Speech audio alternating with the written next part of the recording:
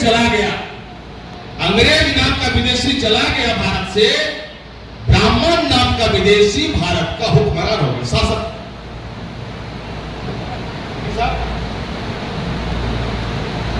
15 अगस्त 47 को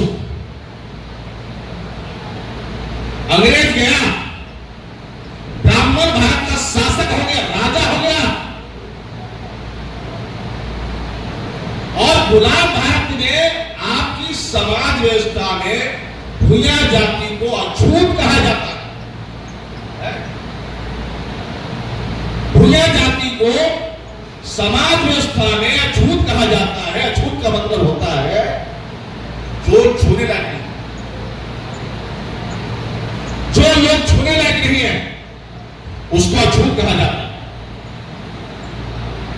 ऐसे बिहार में लगभग एक अनुमानिक तौर पर कहा जाए तो लगभग 80 से 90 लाख उसकी जनसंख्या बिहार में है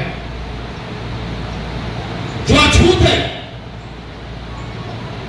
वो वर्ण सिस्टम में, वर्ण व्यवस्था के अंदर नहीं है, ब्राह्मण नहीं है, वो क्षत्रिय नहीं है, वो वैश्य नहीं है, वो शूद्र भी नहीं है, वर्ण व्यवस्था के बाहर के लोग हैं, अछूत, जो छूने लायक नहीं है।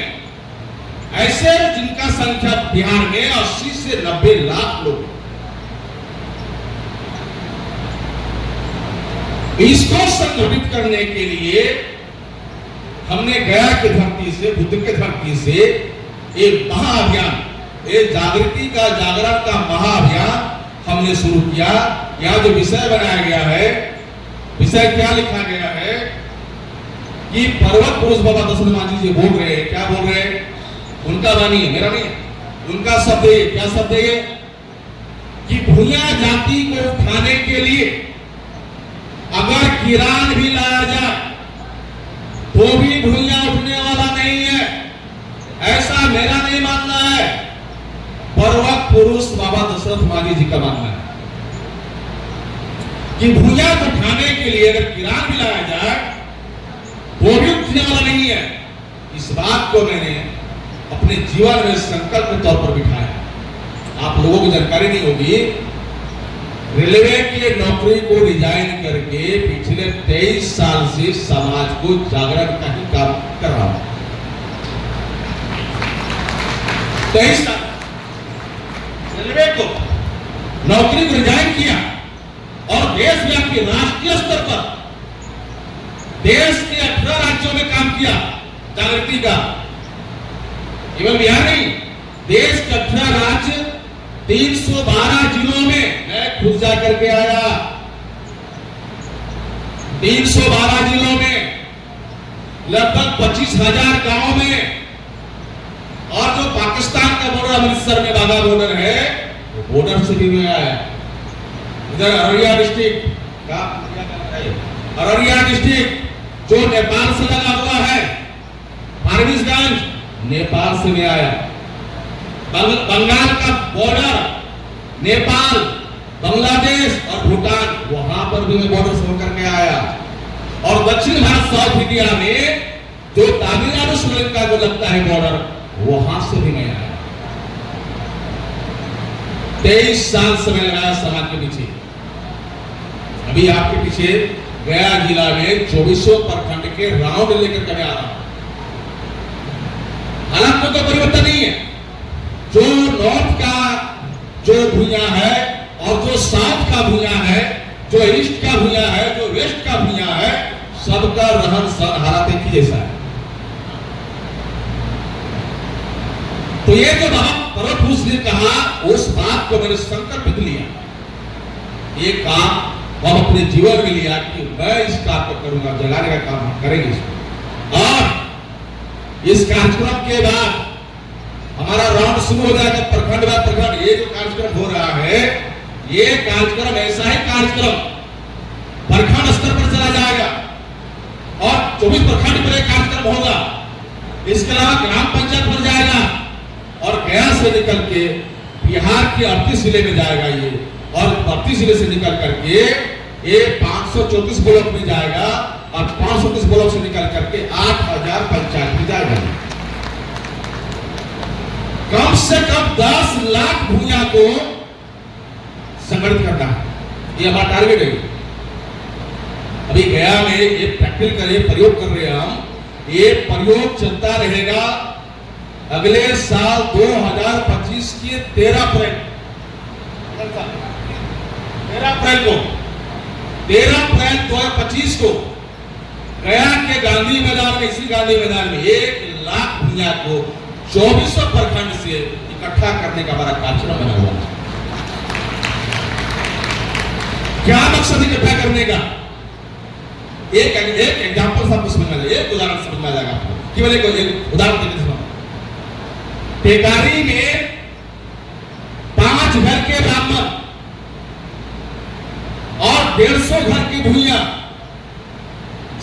एक ब्राह्मण संजय मांझी नाम का मांझी को हाथ काट दिया। कितना घर उसका? 5 घर। भूया कितना है? 150 घर। अगर वो 5 घर के ब्राह्मण है और एक ब्राह्मण के परिवार की यदि गिनती किया जाए तो 5 लोग, पंडित, पंडिताई, उसका बेटा, उसका बेटी और बहू, 5 परिवार। और कितने घर है ब्राह्मणों का? 5 घर है। एक घर में कितना परिवार है? 5 परिवार है। टोटल कितना परिवार हो गया? 25 परिवार हो गया। 25 परिवार हो गया। और 25 परिवार यदि सड़क पर आके लड़ता हमसे 100% लड़ता तो 25 से ना होता। अगर 25 परिवार का घर है, 100% आके लड़ता हमसे तो 25 से ना संख्या होता। सुनो जी, सुन पा रहे हो? और भूया का 100 घर है, अगर 1% यानी एक आदमी एक घर से निकलता कितना होता? 150 घर होता। तो 150 लाठी और 25 लाठी, 150 लाठी और 25 लाठी, कौन जीतता? 150। हाँ भाई, कौन जीतता? आवाज है ना आपके आवाज में? 150। मगर जीता कौन? ऐसा क्यों हुआ? इसका कारण है संख्या है मगर संगठित नहीं है। और केवल माइंड में बोलेंगे संगठित हो जाओ, एक हो जाओ, एक हो जाओ, एक होने वाला नहीं है। एक करने के लिए आपको प्रबोधन करना पड़ेगा, जागरण करना पड़ेगा, ट्रेनिंग देना पड़ेगा, समय देना पड़ेगा, बुद्धि देना पड़ेगा, पैसा देना पड़ेगा, हुनर देना पड़ेगा। समय, श्रम, बुद्धि, पैसा, हुनर, ये सारा रिक्वायरमेंट आप लगाओगे तब जाके समाज जागरण होता है। दशरथ मांझी जी का ही गुरु है कबीरदास जी। आप लोगों से आज मालूम है नहीं है, दशरथ मांझी जी कबीरपंथी थे। तो कबीरपंथी जी जो उनका गुरु है दशरथ मांझी जी का, कबीर जी, उसका बानी है। क्या बानी है? एक अजूबा ऐसा देखा, मुर्दा रोटी खाए और मार, वो समझत नहीं और मार पड़े तो चिल्लाए।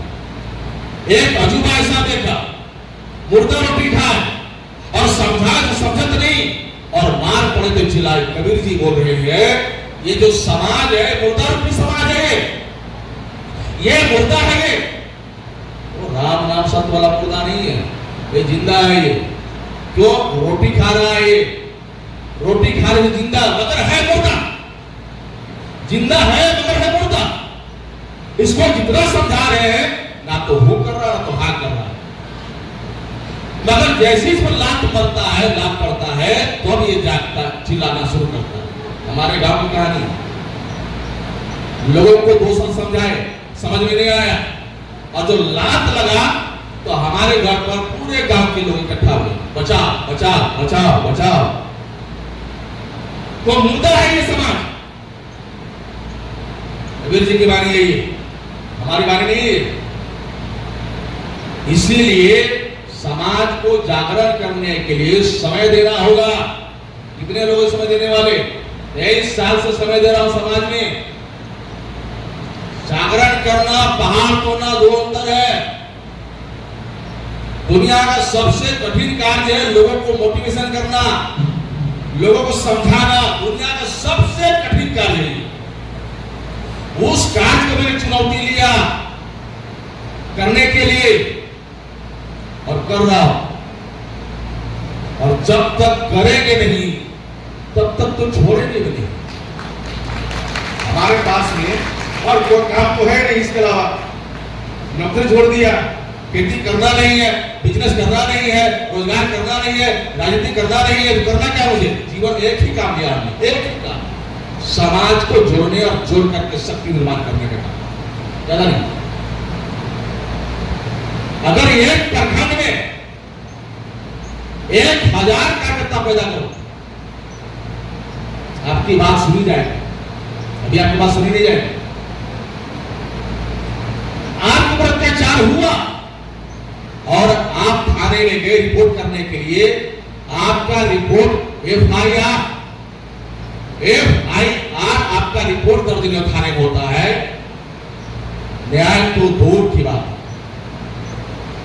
आपका थाने में रिपोर्ट दर्ज नहीं होता है, FIR नहीं होता है। FIR मतलब क्या?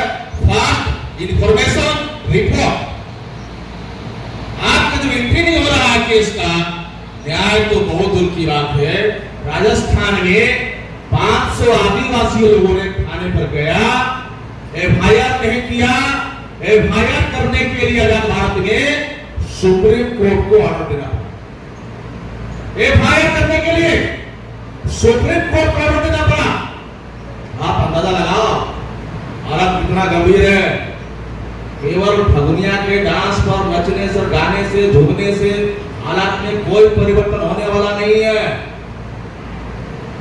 जागना होगा, एक बात जागना होगा, दूसरी बात जगाना होगा। एक जागना होगा, दूसरी बात जगाना होगा, और जगे हुए लोगों को जोड़ना होगा, और जोड़े हुए लोगों को शक्ति का निर्माण करना होगा। लोकतंत्र में जिसके पास शक्ति होता है दुनिया उसको सलाम करता है, ध्यान रखो। लोकतंत्र में जिसके पास शक्ति होती है, जनशक्ति होती है, उसको दुनिया सलाम करती है। तो संगठन होगा तो शक्ति होगा। तो संगठन बनाने के ऊपर हम काम कर रहे हैं और अभी 10 संगठन बनने वाले गया जिला के अंदर में, और एक संगठन बनने वाला जो है वो सड़क रूप तो एक संगठन बनेगा, वो बुद्धिजीवी लोगों का होगा, उसका काम होगा, बेसिक काम उसका होगा समाज के बीच में समय दे करके, बुद्धि दे करके, पैसा दे करके, हुनर दे करके समाज को जागरण करना, ये बुद्धिजीवी लोगों का मंच होगा। एक ही काम होगा उसका। नंबर 2, एक संगठन होगा आंदोलन करेगा, सड़क उतर करके वो धरना प्रदर्शन करेगा, वो बंद करेगा, वो प्रोटेस्ट करेगा, वो भी एक संगठन बना रहे हैं।